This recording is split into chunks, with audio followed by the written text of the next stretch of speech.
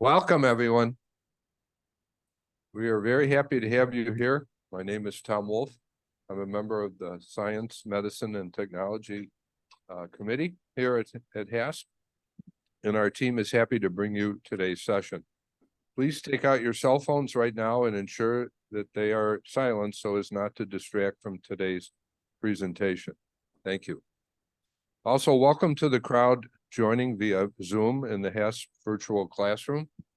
Special thanks to our course technician, Gloria Goodwin, for supporting our hybrid modality. She's very modest too. She didn't want me to say her name, but she does such a great job for us.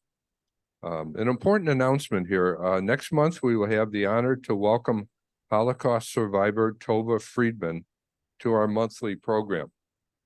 The program, which will be hosted on Tuesday, October 10, is entitled The Daughter of Auschwitz, named after her new memoir, as Tova was born into a Polish ghetto and liberated from Auschwitz at age 5. Tova will be joined on stage by her daughter, Taya. Tova will be available following the program to greet you and sign copies of her memoir. You can purchase your own discounted copy of The Daughter of Auschwitz from the Hope College bookstore, Reader's World, or from the HASP office, where a select number of copies will be available later this week.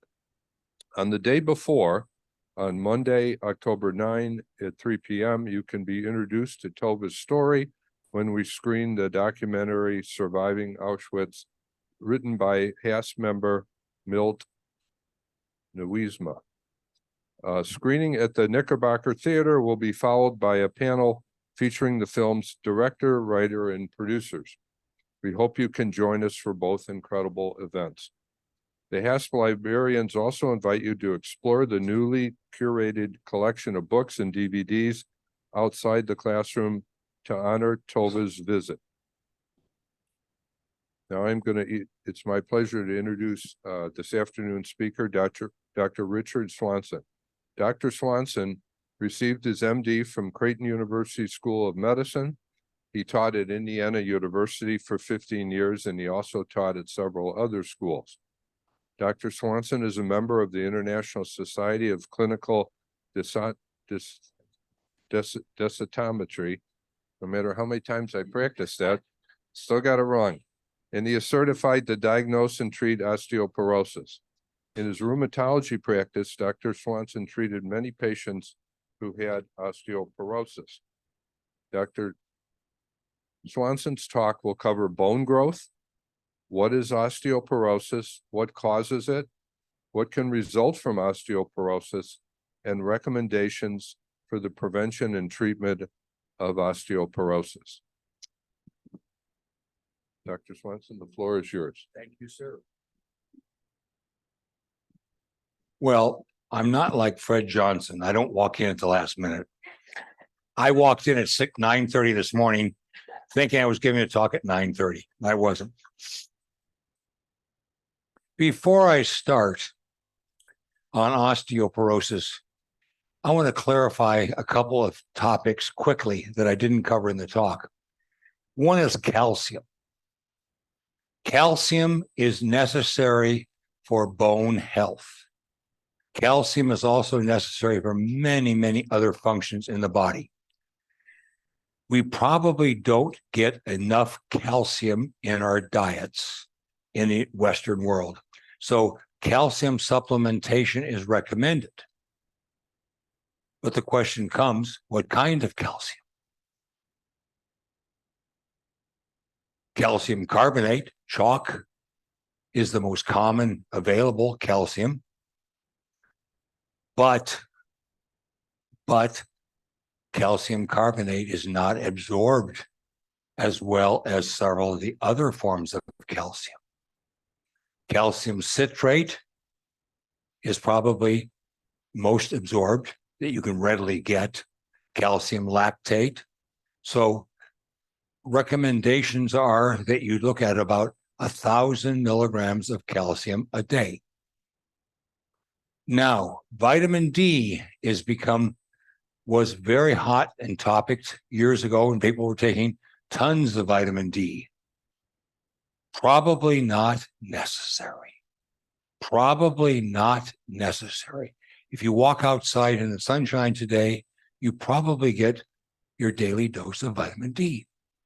As I was telling Susan, in northern Russia, where the winter is 6 months long, they have the children sit on sun lamps to get enough vitamin D.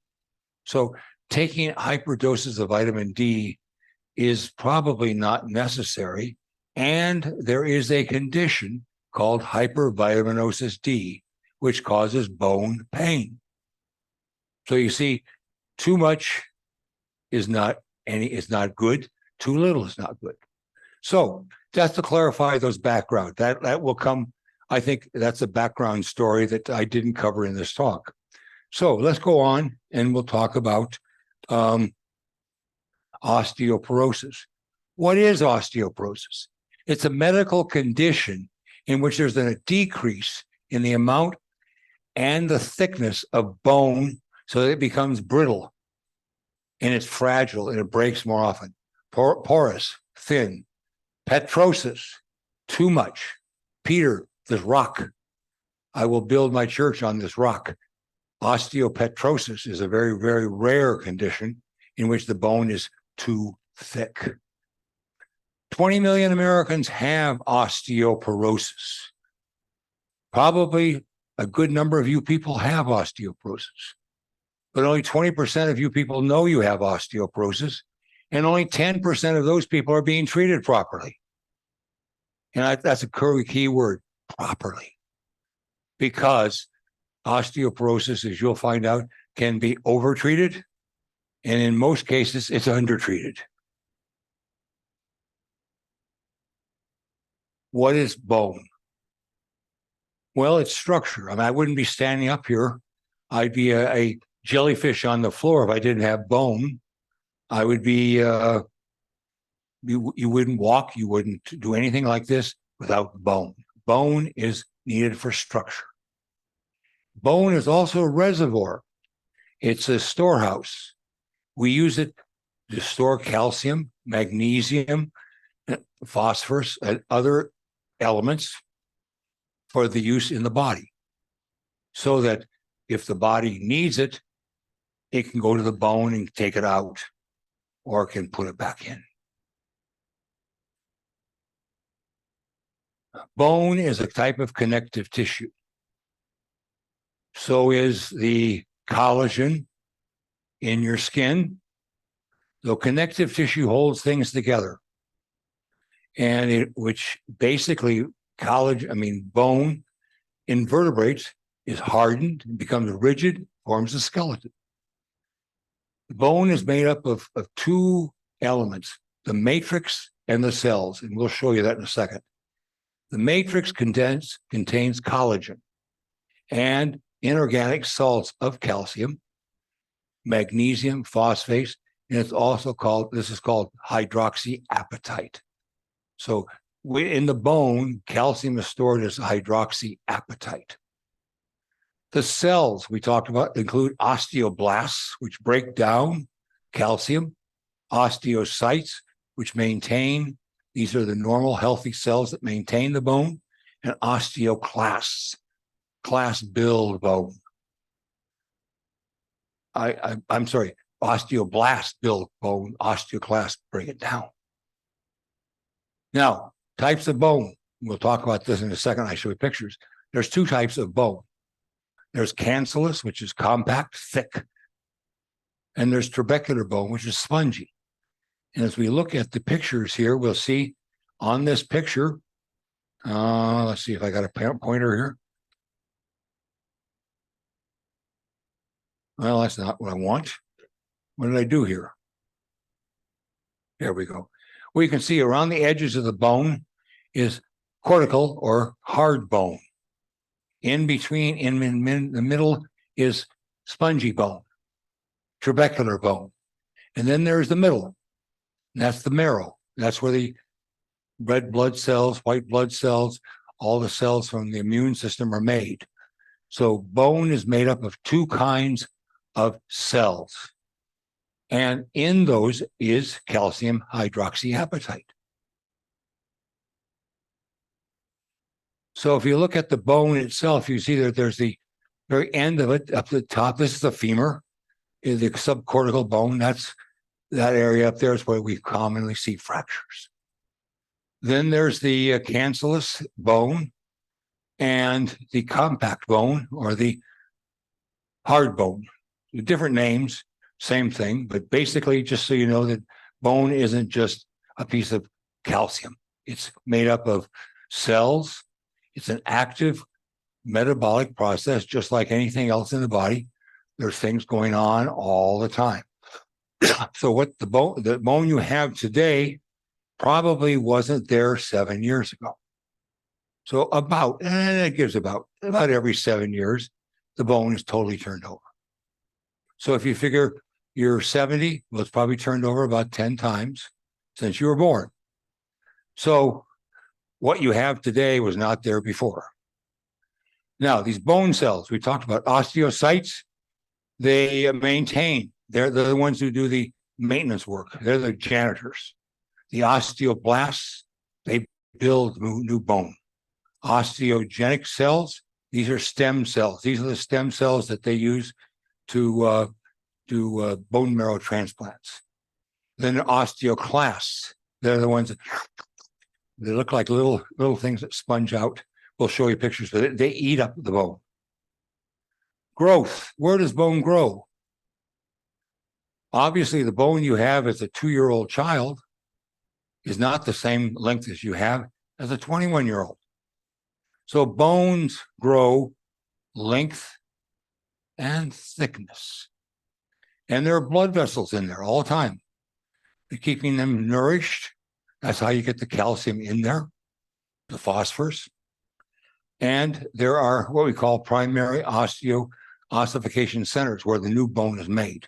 But bone grows lengthwise and depthwise. Now, we talk about modeling versus remodeling. Bone modeling is how bone grows from birth. That's how we keep getting bone bigger and bigger. Lengthening, thickening, and forming the adult skeleton. Resorption occurs while this is going on. So old bone, even during this 7-year period, is being broken down and new bone is being formed.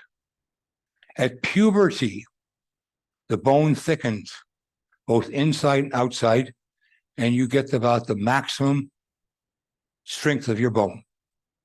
So at puberty, that's where you are. And by the early 20s, it's the maximum is thickened. Remodeling is what's being broken down and rebuilt. This occurs all through life. And remodeling is the problem that we talk about with osteoporosis. There's not appropriate remodeling. It does not change the shape of the bone unless there's some very weird conditions, and we won't get into those, but it repairs the damage to the bone from small cracks along the edges. Stresses, muscles are attached to bone, and as muscles build, or if you work out and build those muscles, they pull on the bone, and there's going to be some small fractures, small cracks, and they fill it in. But if you didn't take care of the old bone, it would become brittle. So remodeling helps add calcium and phosphorus to the bone, and it can also release it back into the body. Calcium is needed for muscle conduction, nerve conduction, and it's used in many other things. It releases it to the body if there's a deficiency, such as pregnancy. Pregnancy demands a lot of, that's why you have prenatal vitamins. You're adding extra, your demand for calcium in your body is high. You're building another person. And it restores strength. So osteoblasts, which build bone, and osteoclasts work together. That's important. If one doesn't work and the other does, you get conditions that are bad.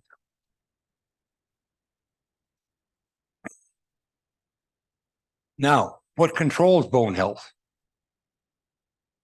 Genes and the environment. Genes control 80 to 85% of your bone mineral density. So those genes you're born with, you can't change them. They're yours. Thank you for your parents. Environment, diet, physical activity. These can be modified.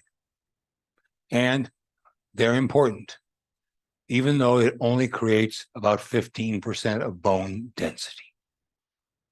Chemicals or hormones produced outside the bone control bone health. And we'll talk about those hormones because that's what's very important.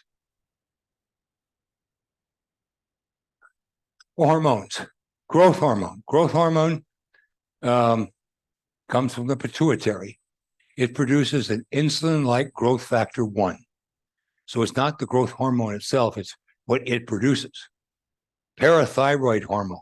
There are 4 little glands on the side of the neck next to the thyroid, parathyroid. Calcitrol, which comes, that's what vitamin D is turned into. That you get through your skin from the sunshine. Estrogen. As I pointed out, both men and women produce estrogen. Women produce more estrogen than men. Testosterone. Men develop more testosterone than women, but women have testosterone. Interesting, testosterone can be converted into estrogen. So women rule. Thyroxine, that's the hormone that the thyroid gland produces. T4, you may hear your doctor talks about that. Thyroid hormone is very important. What happens if you don't have thyroid hormone? You develop dwarfism, little short people. That's one cause. It can cause all kinds of other problems. Or if you have too much, you get huge giants. Andre the Giant, that wrestler, he had a huge face. That's too much. Cortisol, produced by the adrenal glands sitting next to your kidneys. Cortisol is important, but too much is bad. Too much is bad. A new one we're looking at is called leptin. Leptin is a new hormone that we're just looking at. I have a question by it because it's really not been well classified as exactly what it does, but we know it's important. So these are some of the hormones. Okay, we talked about insulin-like stimulates bone formation, particularly at puberty. Works mainly during the modeling phase when it's growing. Parathyroid hormone. It controls the level of calcium in the blood and acts on the kidneys to conserve calcium. It stimulates vitamin D to increase in the absorption of calcium, and it also acts on bone to release calcium if you need it. So parathyroid hormone works in different areas of the body, but it works on bone. Vitamin D. Everybody talks about vitamin D. Well, there's many kinds of vitamin D. I won't go into that. But it's produced by ultraviolet light on the skin, and it comes from cholesterol. Did you know that estrogen and testosterone also come from cholesterol? Yep. So you see, cholesterol is quite important. It converts calcitriol by the kidney and liver and acts to increase calcium absorption. So does PTH. Deficiency in children is rickets, or in adults, you may have heard the word osteomalacia. So you see, all of these work in conjunction. None of them work by themselves. And if they're out of sync, one's doing more than the other one, you're going to have problems. Okay. Calcitonin, sex hormones. We're going to talk about that. Sex hormones, estrogen. Estrogen in the females and testosterone in the male has bone. Estrogen produced in children increases bone growth. The high levels of estrogen produced at the end of puberty causes stoppage of bone. So you see, estrogen in certain amounts causes bone growth, and at certain times, too much estrogen causes bone stoppage. Testosterone. Testosterone also stimulates muscle growth, and muscles obviously support the bones. And testosterone is a source of estrogen, as we told earlier. It's converted to estrogen in fat cells. So there is some evidence that people who are a little bit plumper actually produce more estrogen and have stronger bones. So skinny people pay the price. Thyroid hormone, we talked about. Cortisol, small amounts are necessary, but large amounts cause problems. And that's how I, as a rheumatologist, got involved, because many of the rheumatologic diseases, such as rheumatoid arthritis, are treated with high doses of cortisone, and it leads to osteoporosis. We also know that other of the rheumatologic diseases. And so I was seeing a lot of people with osteoporosis. So I went back and took a secondary subspecialty in metabolic bone disease. So I had to go through learning about all the different kinds of bone diseases. And that's how I got involved in osteoporosis. About the time that I was doing this, bone densitometry, which we'll talk about in a second, became available. The problem is bone densitometry says it's a clinical technical study. Clinical, meaning you understand what's going on in the patient. Well, unfortunately, our radiology colleagues jumped all over this and said, we're going to read bone densities because it's a radiographic study. They didn't know a damn thing about clinical pattern. So I got into big arguments with them. And many times they would come back and I say, what about the clinical history? What? And so there's a big, we fight in medicine. We fight over our jurisdictions. We like to fight. Now, how do we measure bone? How do we know how much there is? This is called a bone mineral density study. The more calcium in the bone, the denser it is. Porosis, thinning. Osteoporosis, thinning bone. Measurements are used, what we call a DEXA scan. This is an amazing, which we'll show you in a second. It measures the bone density by using a high and low energy X-ray beam, usually in the spine and in the hip. You can measure the femur itself. You can measure the actual socket. The higher the density, the stronger the bone. Bone becomes less dense as we age or develops certain conditions that we call osteoporosis, which we're going to talk about. Now, this bone density study is very interesting. It took a lot of mathematical work. It's reported as a T-score. So when you get your bone density study back, there'll be a number on it. It's called a T-score, which compares that to a standard. These are mathematical standards that you're comparing your bone to. Normal is a T-score of +1 to -1. Thin bone or osteopenia is -1 to -2.5. So if you have a T-score of -2.2, do you have osteoporosis? No, you have osteopenia, which may be normal for your age. So you don't jump up and down. Osteoporosis is from -2.5 and above. You also may see a Z-score. It's a measurement that's not, it's very useful for those of us in the business, but it doesn't always tell your clinician what to do. It's a measurement of other persons' bone density of the same age. And it isn't always as clinically relevant. This is a DEXA scan. It's one of them. You lay flat. There's another one. This is the one more common, where you lay with your feet up. The scan takes about 10 minutes. Now, is it safe? Is it safe? There's x-rays involved. However, there's less radiation than from a chest x-ray. So you don't really have to worry, and you're not going to have a DEXA scan every week. So you're not going to be exposed to this radiation more than every couple of years. So the radiation is very low level, but without a computer attached to this data to measure it, it measures in grams per centimeter squared, and that's converted to these T-scores. But this is important. This is how we measure bone density. Fracture risk assessment, FRAX. This is a newer study. FRAX is not as often reported on that machine because it requires more data, more collection.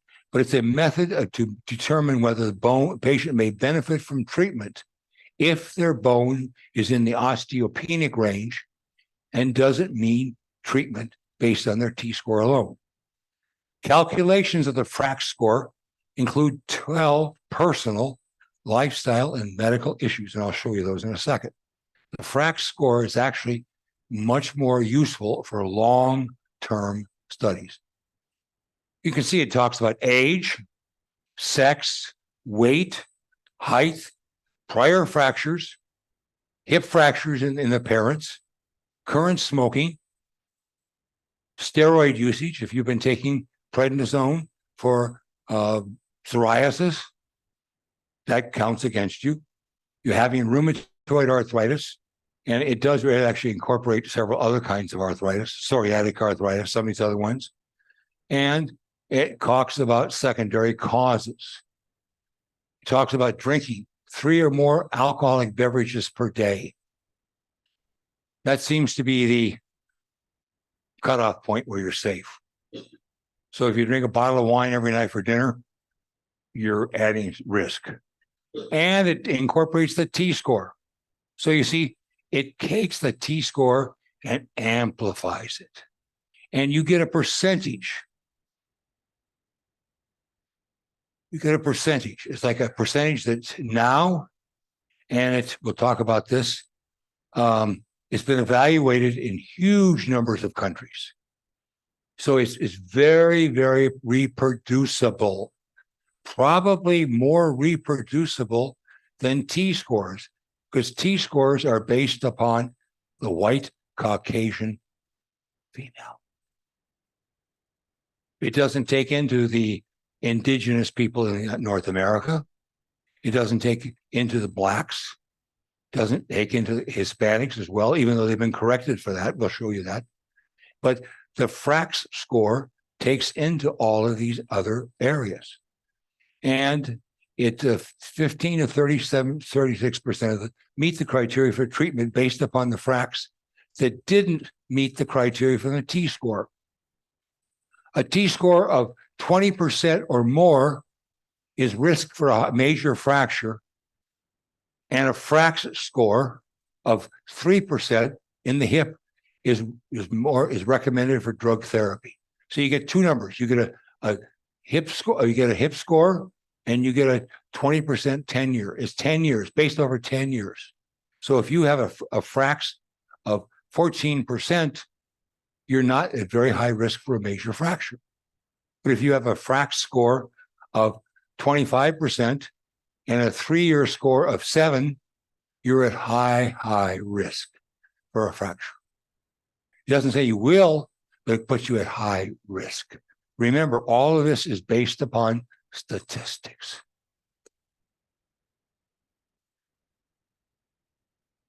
What happens when you get osteoporosis? This is what happens. You know what it looks like. It's a woman, you see them bent over. I see them in the grocery store, and I can tell you that I can see where they're hugging their cart. They probably have already had some fractures in their spine. But this is what happens. You lose height, you become bent over, and you become much more prone to falls because your balance isn't that good. Now, prevention. Prevention. How can we prevent osteoporosis? Well, remember, remember that genes control 80 to 85%.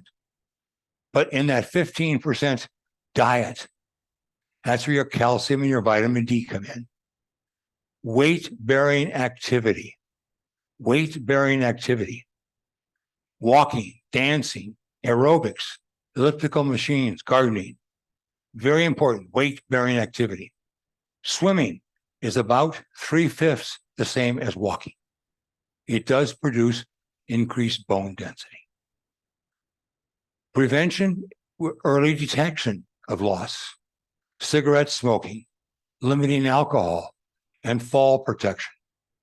What do I mean by fall protection? I mean lights in the hallway at night, making sure your rugs they aren't slipping, you don't slip on the rug, fall. It makes sure that your furniture is not going to trip, or it also means that little yippy dog we all have at your feet is a danger for osteoporosis. I laugh how many elderly people have little dogs. They don't have big ones, but they have little ones. And those little yippy dogs may not cause you to fall, but your neighbor who comes over to visit you, they're going to fall and they're going to sue you.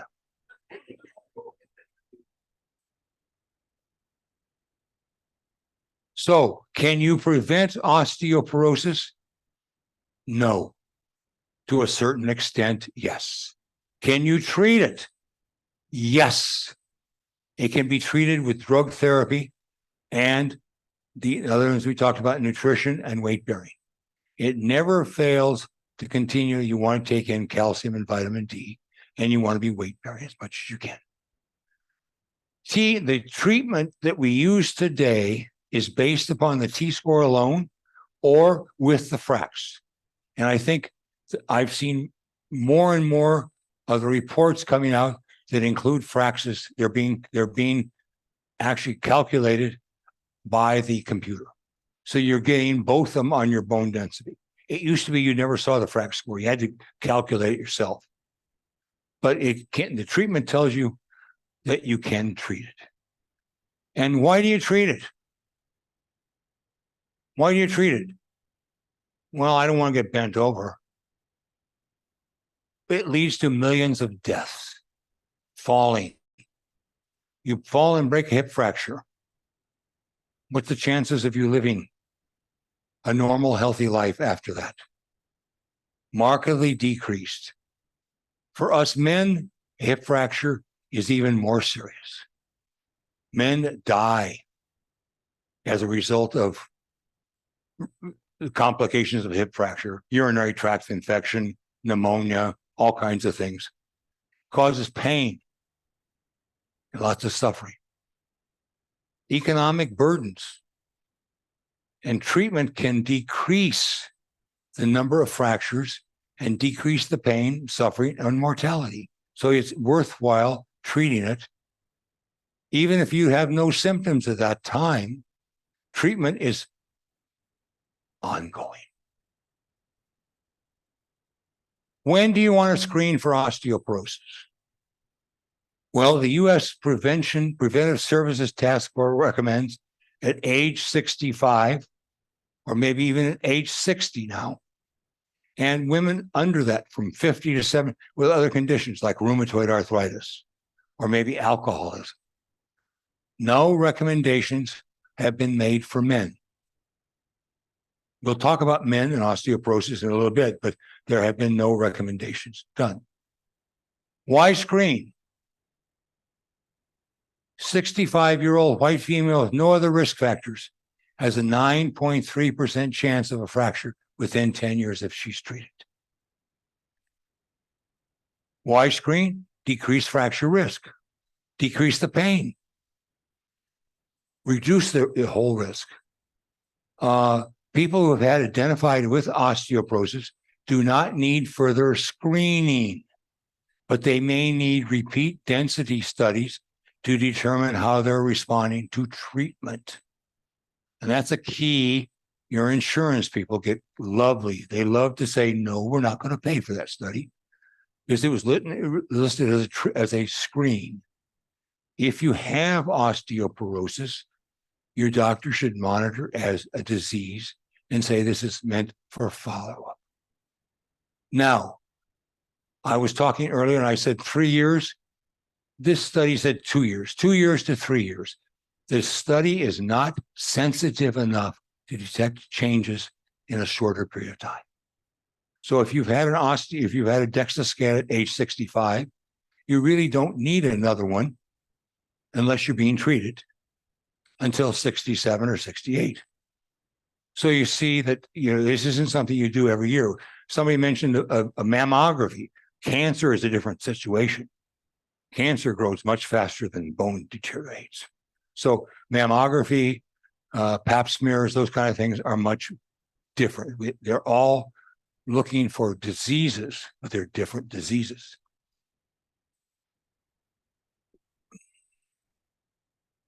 Therapies. Who to believe?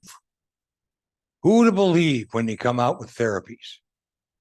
You got the American College of Physicians, which are internists, the American College of Rheumatologists, the American College of Endocrinology, which studies metabolic bone disease, the Endocrine Society, which studies hormones, the American College of OBGYN, the NIH, National Health Initiatives, National Association of Osteoporosis Foundation. There's many, and some of them are really outdated. Some of them haven't kept up. They are changing. You want to ask, who does the actual research? Is this somebody who's trying to get you to contribute to education? That's fine.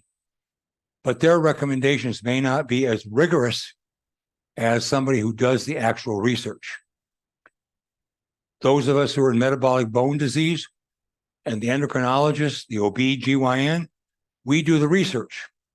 So those recommendations probably are your most, or should say the highest, best recommendations. And I put this here because you're going to find so many different organizations put out recommendations. Now, are there questions before I go on? Any questions so far? Fire away. Okay, we're going to, yes, ma'am.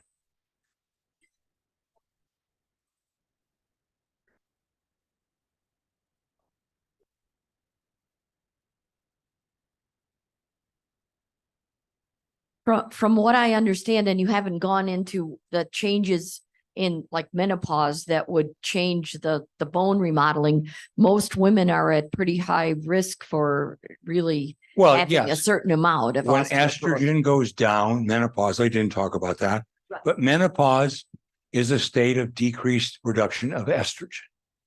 Menopause causes all kinds of changes, one of which can be thinning of the bone. So you stop making bone. So you start seeing remodeling with osteoclasts eating away at bone more than osteoblasts making bone.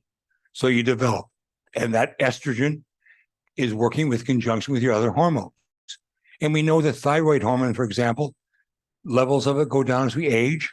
Cortisol levels change. So many of these things change with age. And so it's very difficult to figure out which one of them is contributing. It may all be a factor. That's why if you have it, your doctor needs to look at you from top to bottom. Do you have diabetes? Do you have thyroid disease? Do you have this? Have you had previous fractures from falling off a cliff? Whatever. I mean, somebody who's had fractures, I have back fractures from having a tractor turn over on me when I was hauling wood. And I had T4. It's collapsed. So I had pain for quite a while. It's better now, but so there's other things that can cause fracture besides osteoporosis, trauma. So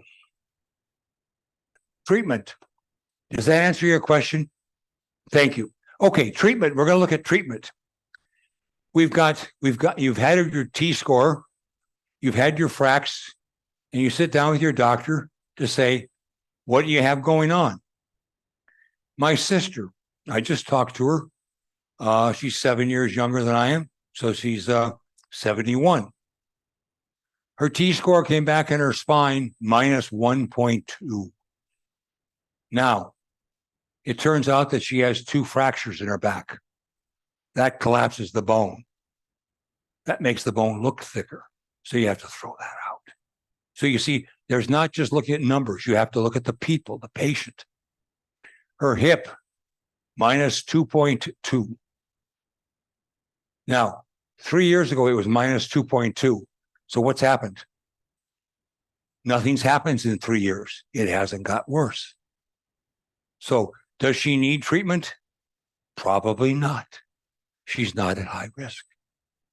Let's think about what we'd, if you have high risk and you've not had any fractures. The initial treatment, other than calcium and vitamin D, which we're going to put aside, is bisphosphonates. Bisphosphonates, Fosamax, all of them, we'll talk about all the names. You treat for 3 to 5 years with bisphosphonates. You don't worry about it in between because your studies won't be able to tell you anything. 3 years later, you do a study.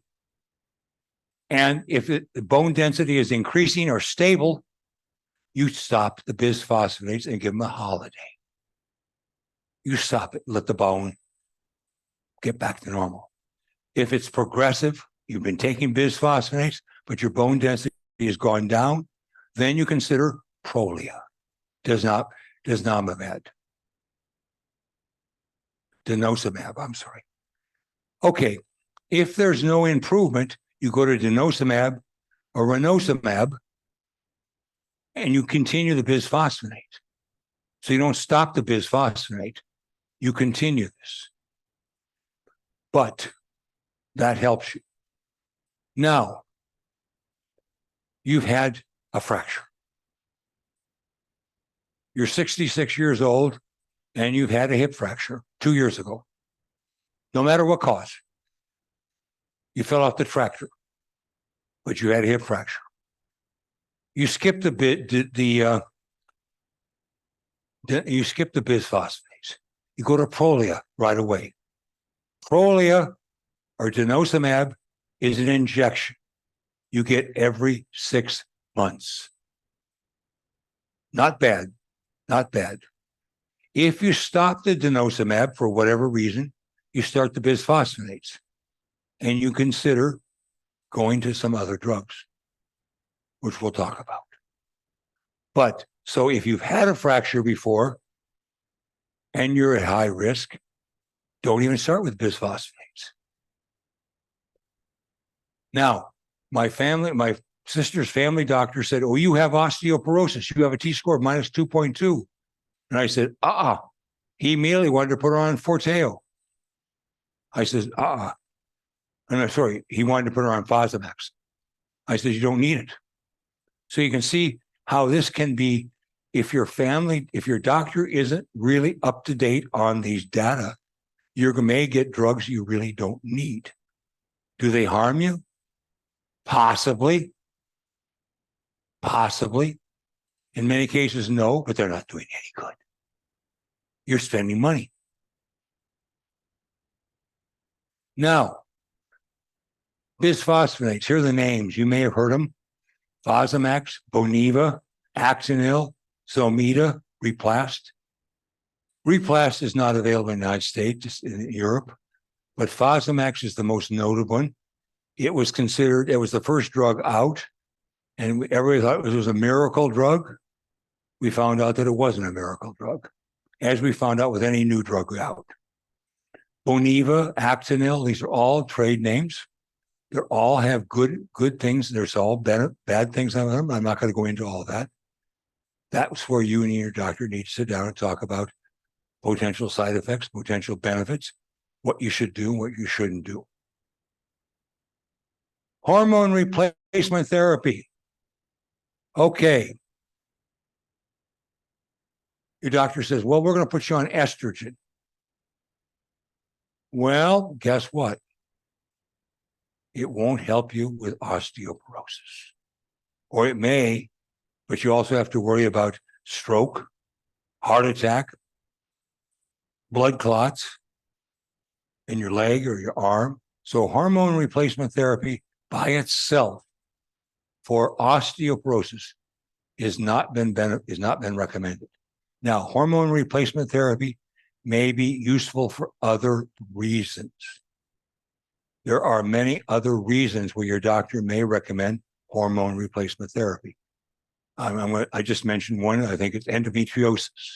There's some of those things that could be useful. So you see, you may be taking estrogen, but you're also going to be taking Fosamax. So you can see It's not just for bone, but by itself, it doesn't have much help with bone. It has other benefits. So please do not come out of here saying Dr. Swanson said, don't take hormone replacement therapy. I am not saying that. Now, estrogen, too many side effects to be used alone.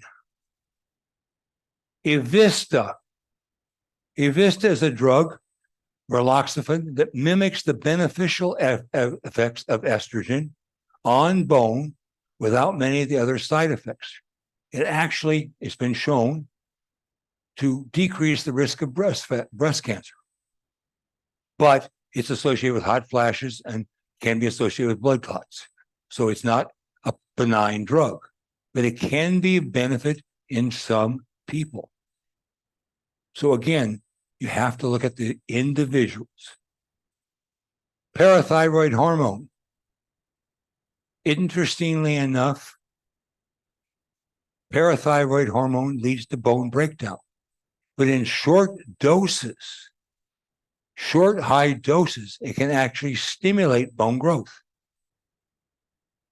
So Forteo is a parathyroid hormone drug that can be given by injection if your doctor thinks that stimulating parathyroid hormone for up to 2 years is shown not to have any benefit. After 2 years, and it probably becomes harmful. So again, you can't just take this drug and forget going back to your doctor. And he can't forget to see you or she. Denosumab, Prolia. This is a monoclonal antibody to rank ligand. Rank ligand is a chemical in the body. We're not going to get into that, but it blocks from rank ligand from activating osteoclasts. Remember, osteoclasts eat up bone. It's given every 6 months. It can be given generally up to 3 years. In that, bisphosphonates can be associated with a midshaft thigh fracture or jaw problems, osteonecrosis. Our dentists dump up and down when they hear you've been taking these drugs, but osteonecrosis of the jaw is extremely uncommon. And if you have your dentist do your teeth at least every 6 months to a year, you're probably at very low risk, but it can happen. So you have to keep in mind that it's good, but it has bad effects. So you have to balance one against the other. So you can see there is no perfect answer. Evenity. This is a new one. It's on the market. Everybody's seen, don't be a porcelain doll on the shelf. Yeah. Have you priced it? It's a chemical. It's a sclerostin blocker, which prevents bone breakdown. It's given for 1 year. It says you take it for a year. After 1 year, the effect drops off, and the cardiovascular effects go way high. So you see, it's not a perfect drug either. They don't tell you that in the ad. They don't tell you at all about that side of it, unless you read the little print down at the bottom that the lawyers put in. But it basically is a new drug. It isn't that much more beneficial than Prolia, but it's available. It works differently. So these are drugs that are available. Now, we'll talk about some of the new drugs in a few minutes. But let's talk about men for a second. I told you I had one for men. Men have bigger muscle mass attached to the bone. So they tend to have bigger bone, larger bone mass. So they start at a higher level. So as men age, we lose bone, just like you women do. But we are starting at a higher level, so we may not get into the osteoporosis porotic range. Hypogonadism. People who've had prostate cancer had their testes removed. Chronic steroid usage, same as women. Rheumatoid arthritis, inflammatory bowel disease, and alcohol abuse. Alcohol decreases testosterone and increases estrogen. So those are the things with men. Men generally don't have, and the DEXA scans don't have standards for men. So if you do it, your doctor is, we're going to be looking at data that really doesn't really tell you a whole lot. Now, ethnic groups. Blacks. Black people have the highest bone mineral density. Asians have the lowest bone mineral density. Now, I'm going to tell you this. 10 years ago, 15 years ago, we said that the Chinese are going to, communism in China is going to fail because of osteoporosis. We used to say that Kaiser of Beijing will take over because the Chinese are going to a Western diet and they're going to develop more osteoporosis. Well, guess what? They're not. That's not true. It has not been proven. Blacks have less fractures than Caucasians. Caucasians and Asians have equal fractures. So you see, the Asians, even though they have lower bone densities, don't have more fractures. Hispanics, slightly less fracture risk than Caucasians. The indigenous, whether it's in Africa or in South America or the United States, their bone mineral densities are slightly different, slightly lower than Caucasians, but they're not as good as Hispanics. So you see, there's a bit of difference, but it's not as bad as we thought 15, 20 years ago. That I was something I was shocked about because that was a standard joke. We talked about Kaiser of Beijing to take care of all the osteoporotic fractures in China. They're not happening. Now, what do we have ahead of us? You've talked about these drugs. These drugs work. They can prevent you from having fractures, decrease pain. But there are new imaging techniques coming out. This stuff is just amazing. What they can do with a computer, the biomarkers. We are getting new biomarkers for osteoporosis. RNA is becoming a very major area we look at. We're looking at trabecular bone. Most of this data is all with cortical bone. We're starting to look at trabecular bone. And we're beginning to talk about a hip axis length analysis, the difference between the hip axis and what they do. It's all very early. It's in papers. It isn't probably clinical. Now, the WEN pathway. WEN is a chemical in the body, WEN, that regulates bone metabolism. Sclerostin and DKK1 are inhibitors of WEN. So anti-sclerostin drugs such as Evenity are coming.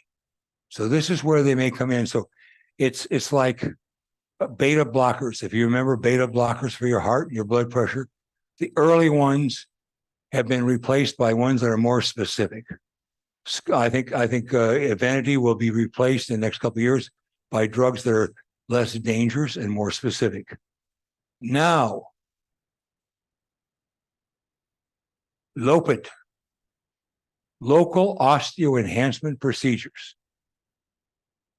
We're going to surgically implant calcium conductive or osteoconductive calcium into the skeleton. They're going to take a pellet and put it into your hip. What's it going to do? It's going to start pulling calcium in. So this is something that's very, very, very early on the horizon. But it's something that could be used for people who can't take some of these other drugs. Or somebody, I'll take an example, somebody who's had bowel bypass, who can't take some of these drugs. This could be done. But obviously it's not something clinically available today. And you're not going to find insurance companies paying for this one yet. So basically, that's osteoporosis. It's thinning of the bones. It's a disease. It isn't natural aging. Natural aging is bone loss, but bone loss below a certain point becomes a disease. And so it is a medical problem. Most cases, the surgeons have very little to do except pin the fractures and, get you into a osteoporosis workup. Are there any comments or questions that you have? Yes, ma'am.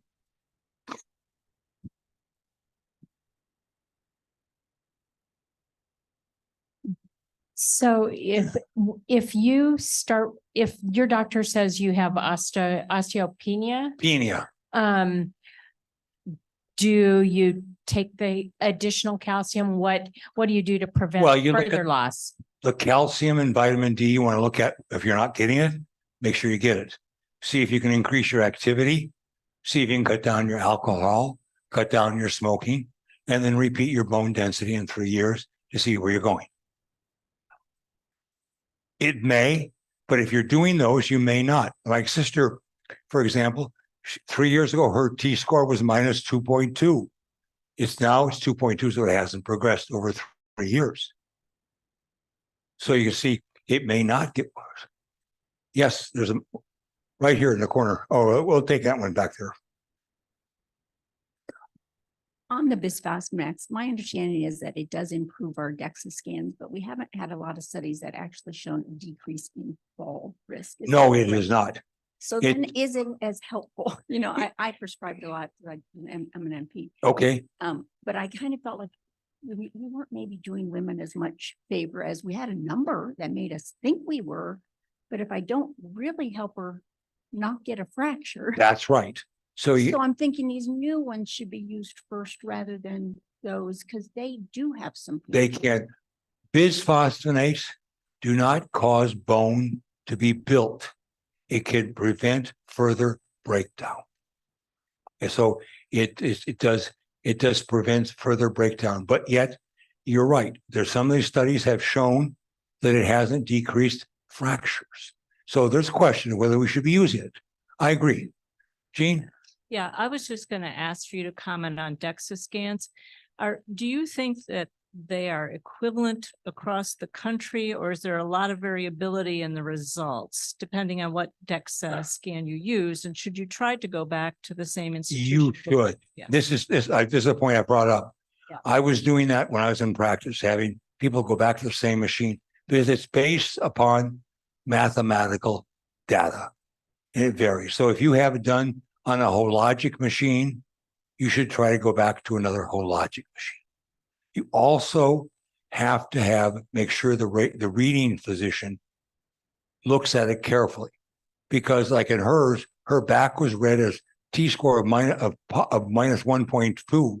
But when I looked at the actual study, the first two vertebrae were sclerosed and they had been taken into consideration. So you had to throw them out. But the hologic machine didn't do that. So it really depends upon the reader and the machine. So yes, you should have it done. And there are several companies that have it. I mean, Hologic is one, and I can't say, I think GE has another one, but you should try to get it done at the same spot, actually, the same machine. And they recalibrate those machines frequently. The company does it. They want, yes, ma'am. What about infusions? Infusions of what?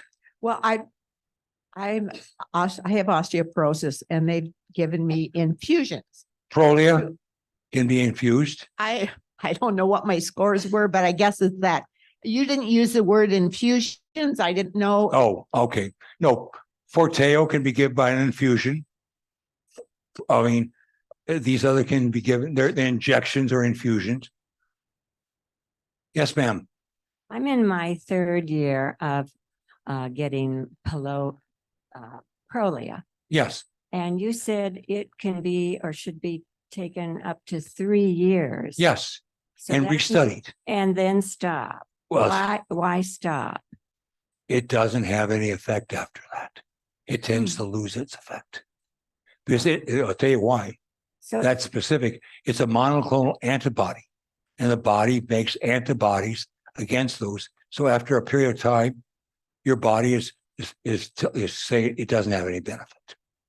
So is it possible to take a year off and then start again if needed? Yes, but put you back on a bisphosphonate along with it. I see. So Thank you. you should be, a Prolia, you should be taking a bisphosphonate with it. And then at the end of 3 years, stop the Prolia, continue the bisphosphonate, and re-examine in 2 years. Not 1 year, because the data won't show up enough in 1 year. 2 years. You give, and especially that's why you give drug holidays. Thank you. You're welcome. Any more? Boy, have I answered all your questions or have I confused you? Oh, you got one over here. One over here. We have one from online. What about bioidentical hormones? For example, Biest cream. Reports seem to say there is a benefit. A benefit of what? That's the question. Benefit of what? I mean, it may help some, but in the long term, estrogen equivalents have the same potential for cardiovascular effects as estrogen itself. Also, when you go to buy your vitamin D or your calcium, remember these are not drugs. These are supplements. They are not controlled by the FDA. And so I went and looked at it today and looked at about 4 of them. They all have vitamin D, vitamin K, God knows what else in them. You don't need all that other junk. You're paying for that junk. And remember, they control the price. So what you want is really just good old-fashioned calcium. Don't pay for something you really don't need. Agree? You're shaking. I see you're shaking your head. Yes. Yes, ma'am. You must hate this when people go online and find these things, but you didn't mention yoga. And I'm reading here, just 12 minutes of daily yoga helped improve bone mineral density in older adults with osteoporosis, according to this study. It's weight-bearing activity. Oh, that was on your list? So I just mentioned weight-bearing activity. I Okay. didn't go into every weight-bearing activity. Okay. Whether you're lifting weights or doing yoga or doing, those kind of things, they're all weight-bearing activities. So, All right, no, thanks. they do count. Yes, ma'am. I was on for FastMed for many years, like every week. Then my stomach was bothering, so they changed to Prolia for 3 years. So they didn't tell me, they just quit that. Then I went back to FastMed, then every week, and just wasn't good. So Well, they do now replace was once a year you get shot for that. reclass is a shot. It's a way of getting, but they're different. I mean, each one of them is slightly different. It's like if you take doxycycline versus tetracycline versus this, they're all similar, but they're slightly different. Now, you were on, and you're talking about the GI tract. That is not an uncommon problem.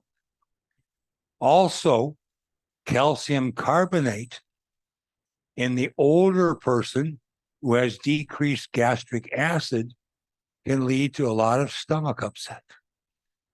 So that's why osteoporosis, calcium carbonate is the cheapest. You might as well go to a classroom and eat chalk, but that's what it is. It's chalk, but there's different, there's different formulations. Yes, ma'am. Reclass, so I'm taking the second year this year, but it's okay to do it? Yes. You're on a bisphosphonate, whether it was, which one you had picked. The different ones have, by taking it by an injection, you're avoiding the stomach. So you see, there are different ways of getting around this. Yes. Thank you. You had a question, ma'am. Go ahead. I have osteopenia. I do take calcium, vitamin D, and what is it? Osteobiflex or Yeah. that Yeah. one. And I do take the Prolia shot twice a year. I have a job in which I stand from 4 to 6 hours a day, constantly. I'm walking and standing. Good and when for I you. get home, I'm sore. Am I doing a good thing or am I doing a bad thing? No, you're doing a good thing. Okay, No, thank you. your I needed to job know isn't that. hurting you in any way. Remember, I said weight-bearing activity. Now, it doesn't make any difference whether you're doing it that way or if you're doing it on an exercise program. Weight bearing activity is what we want. If you're a couch potato from the day you're 21 on, you're at higher risk than someone who's been out there walking. Just comes down to it. Yes. Okay, Susan? What is the best way to take calcium? You talked about calcium nitrate and. Not nitrate, citrate. Citrate. So, they have chewables, pills. I mean, what do you recommend? Calcium carbonate should be taken on an empty stomach. Oh, Calcium citrate can be taken with food. Jane, you agree? Okay, I'm looking at my colleagues here to see how they practice. I'm looking at my colleagues and saying, hey, I want to make sure that what I'm saying about isn't going to get, I'm not going to get yelled at. A lot of people feel like they can't take calcium, but for those reasons, really, it's problems with gastric upset, you know. So if you take calcium citrate and you take it with food, you're going to get calcium and you're not going to upset your stomach as much, probably. But you're not going to get as much calcium per tablet yes, as you would with calcium carbonate. So you may take more tablets. Yes. But trade-off. You're not going to end up with you holding your gut all day. And really, dairy products are still a good source of calcium. Dairy products we are just fine. don't tend to eat them very much. But yeah, That was a question earlier. Calcium in dairy products is very good. Yogurt, dairy products, it's a fine way of getting calcium. So you just look at your diet and say, what am I doing? Drinking milk, eating yogurt, cheese, those things. How many milligrams of yogurt? How much do you have to eat? I don't know. To get 1,000 milligrams of, that's what I don't know either. Well, I don't think that's going to be your only source of calcium. I mean, if you go out and say, okay, I'm going to eat 10 containers of Yoplait a day, I don't think that's the answer either. But you got to use that along with what else do you? Well, I have a glass of milk with my breakfast. I do this or do that. Then you're going to get your calcium. It doesn't have to come in all one source. It can come in many different sources. Tablets, is it true that your body only absorbs 500 milligrams at a time? No, it doesn't. Not milligrams. It's a certain percentage. So if you're taking it, I'm just using it. That's a good question. Let's say you're taking 1,000 milligram tablet. You may only absorb, and I don't know the exact numbers. If it's calcium carbonate, you may absorb only 450 milligrams. It's not, but it's a percentage. Calcium citrate, there's less calcium in each tablet, but more of it is absorbed into the body. So it's a percentage, not a hard number. Yes, We have ma'am. a question from online. What is the role of magnesium? Magnesium has really, I don't think has a definite primary role. Calcium and magnesium work in synergy. So obviously, I don't think taking magnesium by itself is going to solve anything. That's my opinion. I don't know for sure. I have not seen the hard data. But by itself, without calcium, magnesium doesn't do anything. This is fun. Thank you, ladies. I can just give the last question, some information on my experience with magnesium. I had to go to the vein clinic several years ago because of horrible night leg cramps. They recommended that I take magnesium.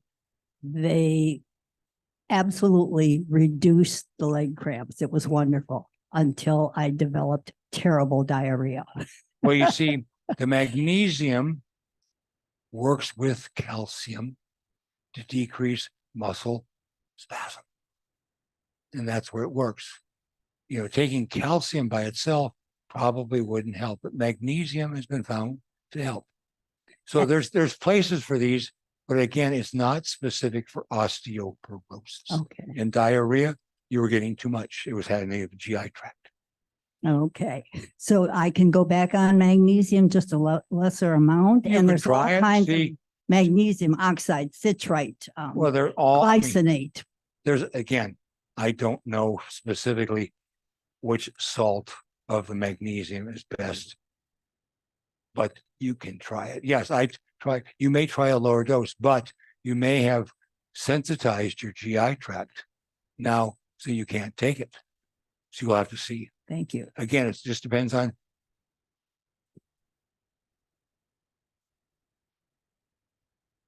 Just a reminder that your deep green vegetables have lots of calcium. Oh, too. yeah. We don't have to have all milk and. No, so no, I mean, there's I'm all such a kind. proponent of eating my vitamins rather That- than taking a pill. But kale and broccoli and spinach. She's and all absolutely, those see, things, this is diet. Remember I said That's- nutrition. I that didn't you talk- do absorb. It's Get it's a fiber. heck of a lot more fun to eat a spinach salad is than to throw calcium tablets down your throat. It absolutely is more fun and it tastes better. And you look at it and you say, you know, I hated spinach. I absolutely hated spinach until I was an intern. And I was invited to the chief residence family home for dinner. His wife made a spinach souffle. And as an intern, my life depended upon this guy. And the chief resident, controlled my life. So I ate it. And I said, what have I been missing? Now I love spinach every which way. And so it's good. I mean, kale, broccoli, all those things are loaded. So if you want to, you talk to a nutritionist to find out, and you just look up the calcium content in your foods. And you can find it to be a lot cheaper and a lot more fun. So Any other questions for Dr. Swanson? Well, seeing none, thank you so much for your excellent presentation. thank you, everybody. Thank you, Tom. Thank you very much.